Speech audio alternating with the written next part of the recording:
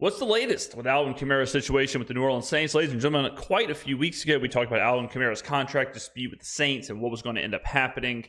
We have yet to come to a conclusion. We have yet to finish that. So we are here with New Orleans.football. Nicholas and the gang are going to update us on exactly what is going on because we are getting dangerously close to the NFL season. And I don't like that when the fact that we haven't had any kind of closure with this situation with a player who I think is going to be the key, the most impactful player on this offense. So if the most impactful player on the offense isn't on the offense, that could be problematic for our New Orleans Saints. Training camp is now just days away, and the big story that's still looming over. What a oh, baby. I feel like I was watching The Matrix. What is going on with Alvin Kamara? I mean, the New Orleans.football gang, they're nonstop. And the graphics, the animations, very creative situation here. Whoever the intern is putting this together, not getting paid enough. Everything is what is going on with Alvin Kamara. I'm Nick Underhill, and you're watching The Dot, presented by Matt Powers Auto Group. All right. The Saints are about to take the field for training camp, but we don't know yet if The Wire, Nicholas's shirt. The Wire is my all-time favorite TV show. Recently watched it, probably 2 years ago, something like that. Recently watched from start to finish. Probably for the first time, too. I didn't watch it. I was pretty young when it first came out, but I did a full rewatch / watch for the first time. I think The Wire is the best show of all time. It is my favorite show of all time. It's unbelievable. Season 1, Season 3, Season 2. I mean, unreal. Unreal. If you've never watched The Wire, watch The Wire. Just give it a chance. Breaking Bad was probably my number one. It is better than, I would have no problem saying The Wire is better than Breaking Bad. My next show that I'm going to try and do the same kind of rewatch / watch for the first time is The Sopranos. Again, when I was a wee lad, too young for The Sopranos, we didn't have HBO when I was growing up. Come on. I remember we had to watch wrestling pay-per-views. I had to watch on the channel, I think channel 70. The static channel where all I could hear was the audio. I would turn my back to the TV, listen to the wrestling pay-per-views. We did not have a pay-per-view box in the mid-90s. Number 41 is going to be out there with the rest of his teammates. What we do know, though, is that football is on Kamara's mind. He's been posting on Instagram videos of himself working out, pictures of himself in a Saints uniform. So we know that he hasn't gotten too far away from the game, and he will be ready whenever the time comes. Yeah, that's good. That's important because if he wasn't doing anything, if he was doing absolutely nothing, then we would have to worry about if the deal does get done. Then all of a sudden Alvin needs like ramp up time. Then all of a sudden he needs time to get caught up, get in play and shape, all that stuff. The good news is, seemingly, that once this deal is done, once there comes to a negotiation, once we get a contract on the table, sign on the dotted line, once all that happens, Alvin is ready. He will not miss a beat. He will not miss a step. And we can just kind of rock and roll. So that does give us a little more leniency when it comes to the time frame, as far as because if he was saying, you know what, I'm not doing nothing, I'm just playing Call of Duty, I'm playing Season 5, whatever, until this deal is done, then we would be up against the clock of okay, we have to get this done with enough time to get him ready to roll for the NFL season. For him to start playing. But as far as I've been able to find out, not a whole lot of progress has been made behind the scenes on his next contract. Now, Kamara has made this an issue because he left the last day of minicamp and let people know through back channels that he was looking for a new deal. So this is all coming from the last day of minicamp. Alvin went there in the morning. He did whatever it was, team walkthrough, whatever they were doing in the morning. Whenever it came time to go out onto the practice field, he made a show.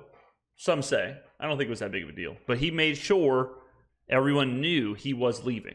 And like Nick said, through back channels and whatever else, it has become very clear that he did that saying, I want a new deal. I want a new contract. I want this thing to be done. I want this to happen. At the time,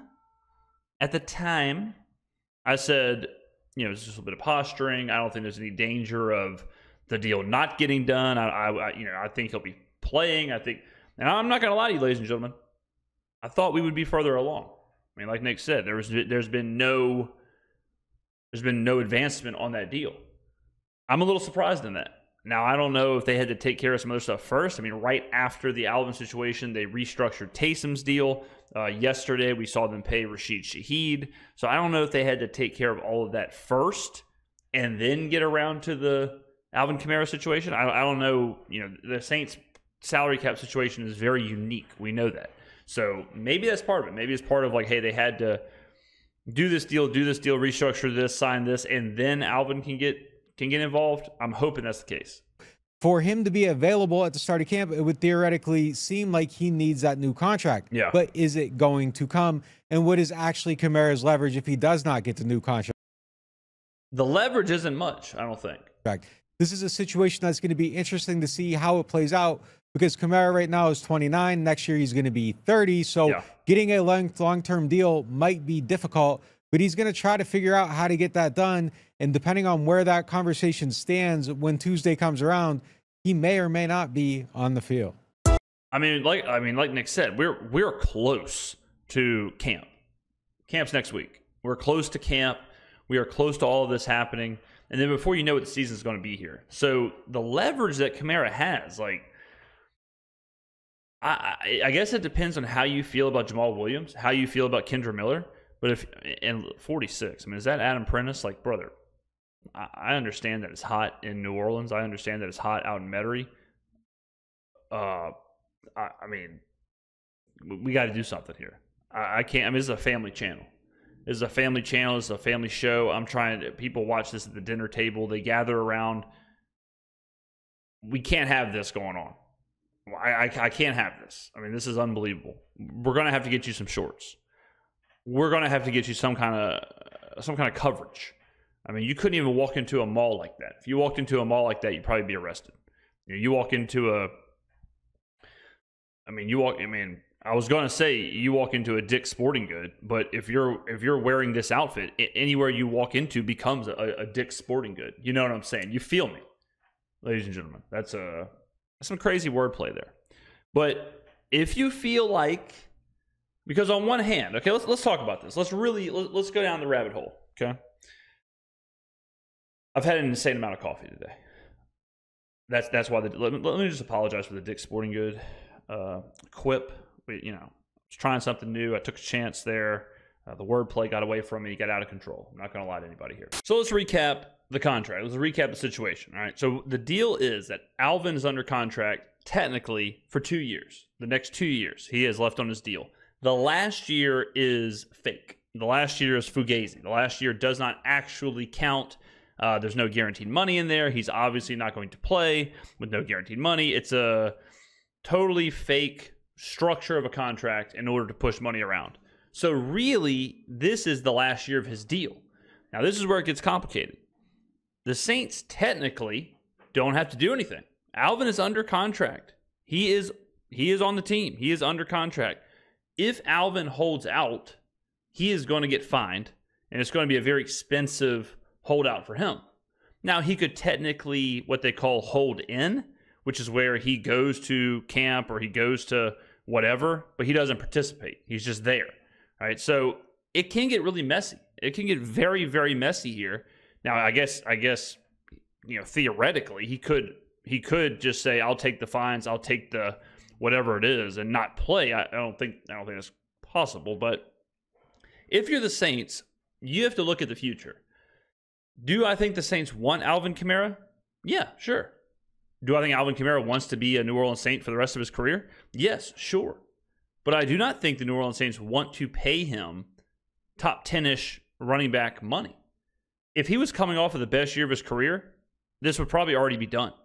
But you've got a guy who is aging off of multiple bad seasons in a position where aging is not very kind. Aging is the worst thing that can happen to a running back. I mean, it's not exactly common for a running back to get older, have three bad seasons in a row, and then all of a sudden turn it around. Is it possible with Clint Kubiak and this new offense?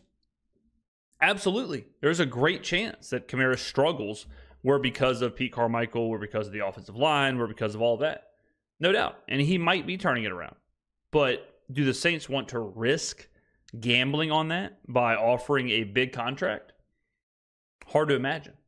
So Kamara really has virtually no leverage in this. No leverage in the fact that he is under contract. The Saints don't actually have to do anything. Number one, that's the number one part of his leverage that's not there. And then the other part of the leverage that isn't there is the fact that he hasn't been very good. Is that all on his own accord? Is that all faults of his own? No. You could argue that there was a lot of other circumstances, sure. I think Alvin's a great player. He's one of my favorite Saints of all time. I mean, he is, if I could push a button, he would be the Saints running back. But if pushing that button also equals paying him top 10-ish, top 8-ish money, whatever that looks like, I don't know. I mean, right now he is overpaid for the performance and all of that. Right now, no doubt about it. So when you're already overpaid but not performing, it's hard to then leverage like a new contract with a team that is kind of salary cap restricted and a team that can't just willy-nilly hand out extensions and hand out contracts. So it's very unique. Just so you know the situation, like it's not a normal contract dispute because the contract is already there.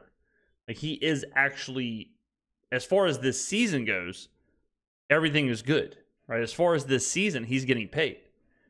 Next season is where you get complicated because since it is a 2-year deal that's really a 1-year deal, the Saints would probably have to either release him next year or extend him. If the Saints are okay with Kendra Miller, if the Saints are okay with Jamal Williams, if they're okay with Taysom Hill, if they're okay with maybe possibly drafting a running back and they're turning it to a youth movement, then maybe they say, all right, we're out. This year Kamara plays. Next year they look elsewhere. And you hate to say it, you hate to see it, but it happens all across the NFL. We've seen over the last season, Derrick Henry, Saquon Barkley, DeAndre Swift, like Joe Mixon, Josh Jacobs, like guys that are seemingly franchise backs, Tony Pollard, seemingly like the top guy. And we've seen them, when rubber meets the road, we see them moving on to a different team. It's part of the business in the NFL right now when it comes to running backs. Very rarely does a running back stick around for a long time. And again, sometimes really productive running backs. It's just not in the current landscape of the NFL to pay aging running backs. It doesn't happen. So I'm not sure what's going to happen. What I hope happens is I hope they come up with some kind of an agreement, even if it's behind closed doors. Kamara plays this year. He plays really well. He shows that he is what Kubiak wants in this offense. He shows that he is the running back that we all know he can be. And the Saints do extend him. And then we have one of the best dual threat running backs in the NFL. But I understand, too, that it's a business. I understand, too, that there's a lot of business aspects to this, especially for a team that says, it dances around the cap as much as the Saints do. So I understand that it could get a little confusing. But, as far as this season, I would expect Alvin to play. I mean, again, I don't think he's just going to take fine after fine after fine, already under contract, because then you're talking about, like, let's just say he holds out. Like, let's just say he says, you know what, I'll take the fines, I'll take the hit financially. Then you're talking about, at that point, after this year, a 30-year-old running back who has not done anything positive at that point in 4 years. What does the market do with that? Like, that's not exactly a moment when you want to bet on yourself and test the market. So it's complicated for Alvin. It's complicated for the Saints. I would say that the Saints right now have the leg up because they don't have to do anything. They don't have to offer an extension. They're already, the contract's already there, right? So that part hurts Alvin. It helps the Saints. So hopefully something gets done just so we can move on, just so we can see this offense. I want to see what this offense looks like at full strength. I don't want to see what this offense looks like if Alvin Kamara isn't on the field. I want to see it at its full capacity so we can really understand what the Saints can do. But it's hopefully they get taken care of. Good chance that this gets taken care of at the buzzer. That this kind of gets figured out right before training camp starts. That's usually how this happens. And that's what I'm rooting for. So fingers crossed there. So ladies and gentlemen, let me know in the comments below. What do you think? Will Alvin sign an extension? Will he be released after this year? Will he go elsewhere? Do you think the Saints are happy with Kendra Miller, Jamal Williams? Do you think there's someone else they can draft? Or How do you see this playing out? Let me know in the comments below. Thank you for watching, and I will see you in the next video.